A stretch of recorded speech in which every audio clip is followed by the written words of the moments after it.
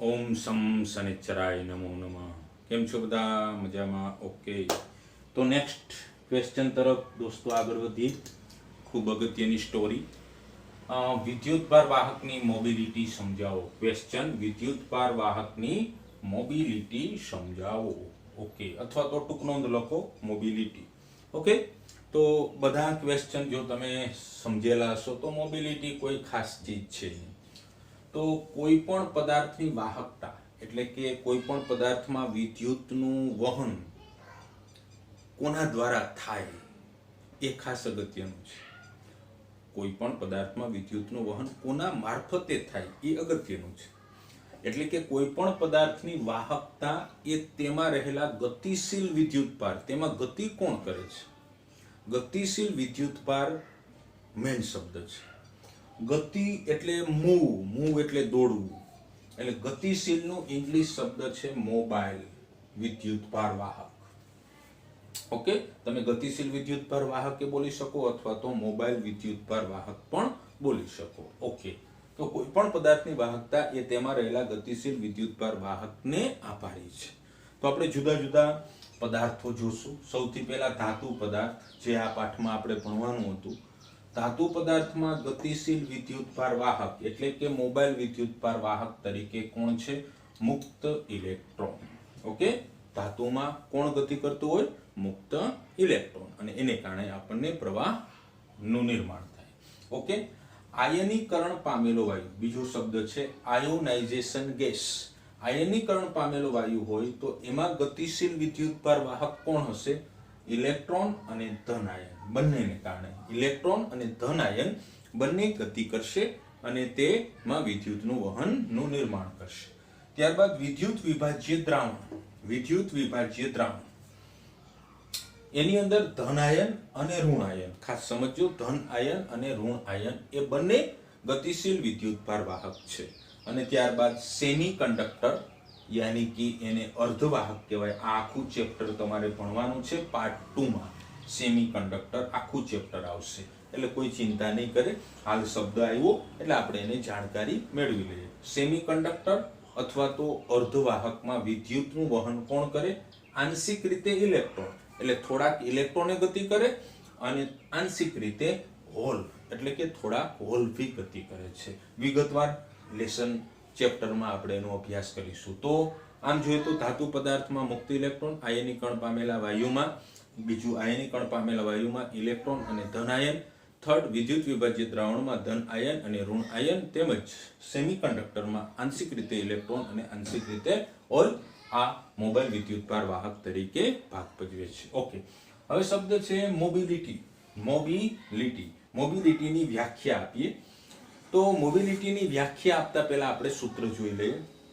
એક વસ્તુ મેં તમને કીધું હતું કે ડ્રિફ્ટ વેગ કોને કારણે પ્રાપ્ત થાય? તમને યાદ છે ભાઈ? હા, ડ્રિફ્ટ વેગ વિદ્યુત ક્ષેત્રની હાજરીને કારણે જ પ્રાપ્ત થાય.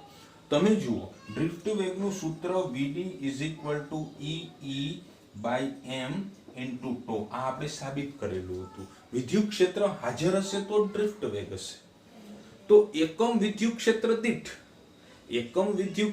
દીઠ પ્રાપ્ત થતા ડ્રિફ્ટ વેગને જો એકમ વિદ્યુત ક્ષેત્ર દીઠ પ્રાપ્ત થતા ડ્રિફ્ટ વેગને તે વિદ્યુતભાર વાહકની મોબિલિટી કહે છે. તો શબ્દ આવો થયો, એકમ વિદ્યુત ક્ષેત્ર દીઠ ડ્રિફ્ટ વેગના માનને મોબિલિટી કહેવાય. મોબિલિટીને મ્યુ વડે દર્શાવવામાં આવે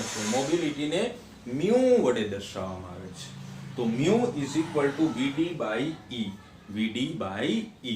તો કમ્પ્લીટ થઈ ગયું. એકમ વિદ્યુત ક્ષેત્ર દીઠ ડ્રિફ્ટ વેગના માનના ગુણોત્તરને મોબિલિટી મ્યુ કહેવામાં આવે છે. ઓકે, તો મોબિલિટીનું સૂત્ર એક કમ્પ્લીટ થઈ ગયું, Vd/E.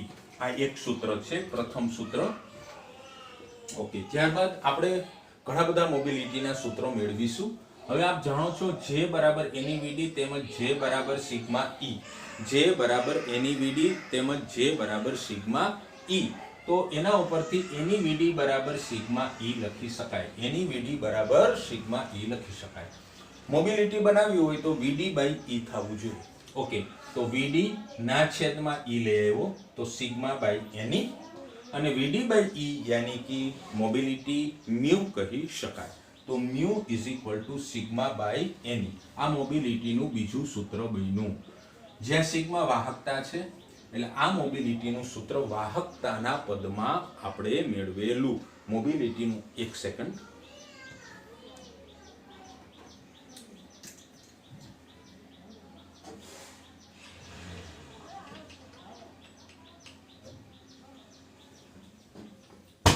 Okay, sorry. તો મોબિલિટીનું સૂત્ર mu is equal to sigma by n e. આ સૂત્ર સિગ્માના પદમાં આવેલું. તો બીજું સૂત્ર પણ કમ્પ્લીટ થઈ ગયું. ઓકે, ત્યારબાદ આપણે જાણીએ છીએ કે VD ઇઝ ઇક્વલ ટુ બધું જે ભણ્યા તે જ આપણે અનુસરવાનું છે. VD નું સૂત્ર E by M into tau. બધા દોસ્તોને ખબર હશે. તમારે બનાવી મોબિલિટી. મોબિલિટી એટલે VD બાય E. મોબિલિટી એટલે VD ભાગ્યા E. મોબિલિટી એટલે VD ભાગ્યા E. VD બટે E is equal to E tau by M. VD by E યાની કે મોબિલિટી. મોબિલિટીનું સૂત્ર E ટો બાય M. આ ત્રીજું સૂત્ર મોબિલિટીનું કમ્પ્લીટ કર્યું. ક્યાં? કેના પદમાં? ટોના સંદર્ભમાં. અને ટો શું છે ભાઈ? રિલેક્સેશન સમય. ઓકે, E ઇલેક્ટ્રોન પરનો વિદ્યુત ભાર અને M ઇલેક્ટ્રોનનું દળ. ત્રીજું સૂત્ર કમ્પ્લીટ થઈ ગયું. ત્યારબાદ આપણે જાણીએ છીએ I બરાબર ઓહ્મ. ઓકે, હવે આપણે મોબિલિટી બનાવવાની છે. તો આમાં તો VD છે પણ E નથી. અત્યાર સુધીના સૂત્રોમાં બધું VD અને E બંને હતું. અહીંયા પણ VD અને E બંને હતું. અહીંયા I અને VD છે. તો ચિંતા ન કરો. મ્યુ બરાબર VD બાય E છે. જોઈ લો, અહીંયા સમજાઈ દો. મ્યુ બરાબર VD બાય E છે. VD સૂત્ર નો કરતા તો VD is equal two mu E. Okay, તો હું VD ની જગ્યાએ મ્યુ E મૂકી શકું. તો VD ની જગ્યાએ મ્યુ E તમે લખશો. તો VD ની જગ્યાએ મ્યુ E લખ્યું. Okay, mu E. અને હવે તમારી અંદર મોબિલિટી આવી ગઈ છે. મોબિલિટી સૂત્રનો કરતા બનાવશો એટલે I ના છેદમાં લંબાચું આવશે. I upon A capital E n small e. જ્યાં I કરંટ બતાવે, A આડછેદનું ક્ષેત્રફળ બતાવે, E ઇલેક્ટ્રિક ફિલ્ડ બતાવે, n સંખ્યા ઘનતા બતાવે and E ઇલેક્ટ્રોન પરનો ચાર્જ બતાવે.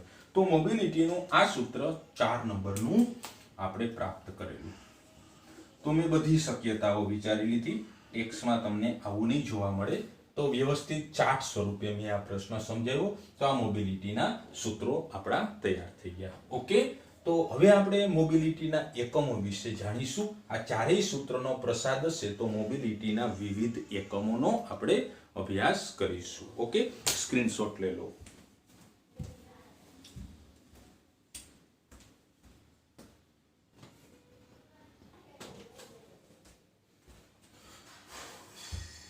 તો હવે મિત્રો મોબિલિટીના એકમોનો અભ્યાસ કરીએ. ટાઇટલ મારી દીધું મ્યુના એકમો. 4 સૂત્ર હતા. VD બાય E, બીજું સૂત્ર સિગ્માના પદમાં, ત્રીજું સૂત્ર ટોના પદમાં અને ચોથું સૂત્ર તમે એમ ભી કહી શકો I ના પદમાં. ઓકે, તો પહેલું સૂત્ર VD બાય E. VD નો એકમ ડ્રિફ્ટ વેગ મીટર પ્રતિ સેકન્ડ. આ રેડી. અને E એટલે ખાસ અગત્યનું આગળ આવેલું V બાય L. આ ખાસ યાદ રાખજો. એકમ લંબાઈ દીઠ લાગુ પાડેલા વિદ્યુત સ્થિતિમાનના તફાવતને વિદ્યુત ક્ષેત્ર કહેવાય. ચેપ્ટર 2 માં આવશે. ઓકે, તો E નો એકમ હું તમને સરસ મજાનો આપી દઉં. વોલ્ટ. વિદ્યુત સ્થિતિમાનનો તફાવત વોલ્ટ, લંબાઈ મીટર. તો મારા અંદાજ મુજબ હવે તમે એ સોલ્વ કરી લેશો. તો E નો એકમ વોલ્ટ બાય મીટર. અને એક એકમ ભી તમે જાણો જ છો ચેપ્ટર નંબર 1 ઉપરથી ન્યૂટન પર કુલમ. તો E નો એકમ લખું વોલ્ટ બાય મીટર. મીટર ઉપર ચાલ્યું ગયું દોસ્તો.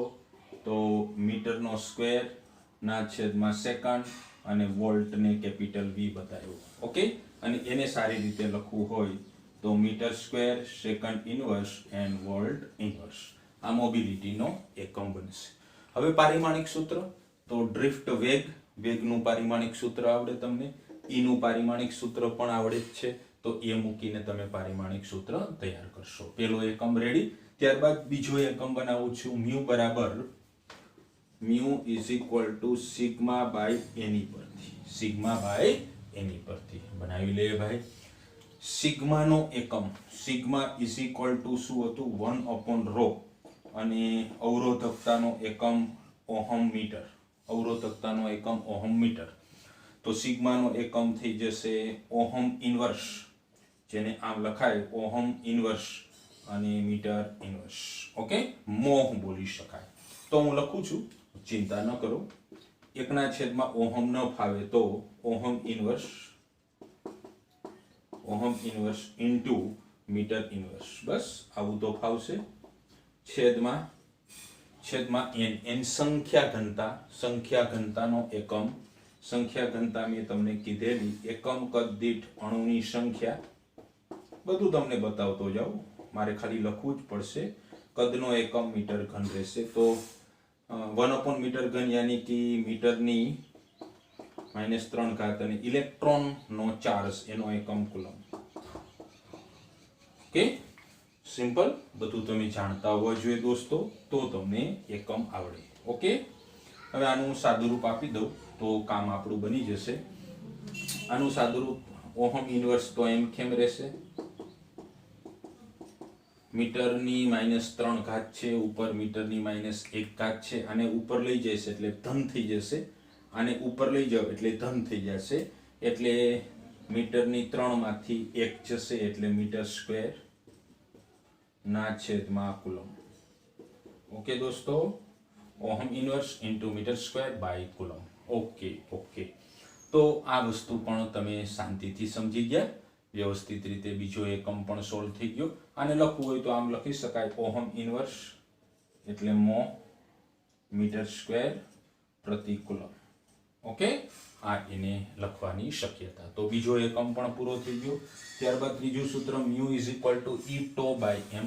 એના ઉપરથી આપણે લઈએ તો μ = E τ / m. સરસ મજાનું કેસ છે. ઇલેક્ટ્રોનનો વિદ્યુતભાર એકમ કુલમ, રિલેક્સેશન સમયનો એકમ સેકન્ડ, છેદમાં દળનો એકમ kilogram. Coulomb into second by kilogram. આના ઉપરથી મેળવેલો. અને હવે μ = I/AE ઉપરથી હું એકમ બનાવું છું. તો સ્પેસ મને અહીંયા મળશે. આને ડિલીટ કરું. સરસ મજાની ટૂંક નોંધ છે. આ બધી MCQ તમને મેં કહી દીધી. તો μ = I/AE ઉપરથી એકમ બનાવવું. વિદ્યુત પ્રવાહનો એકમ એમ્પિયર. ઓકે સાહેબ. A એટલે આડછેદનું ક્ષેત્રફળ મીટર સ્ક્વેર. નો એકમ આપણે ભણી જ ગયા, વોલ્ટ બાય મીટર. હવે કોણ આવ્યું, n સંખ્યા ઘનતાનો એકમ, બધાને ખબર જ છે, મીટરની -3 અને કુલમ. હું આને ડિલીટ કરીશ એટલે આપને વ્યવસ્થિત દેખાશે. ઓકે, ગડબડ નથી થઈ ને? ચેક કરી લઈએ. I નો એકમ એમ્પિયર, યસ. આડછેદનું ક્ષેત્રફળ મીટર સ્ક્વેર.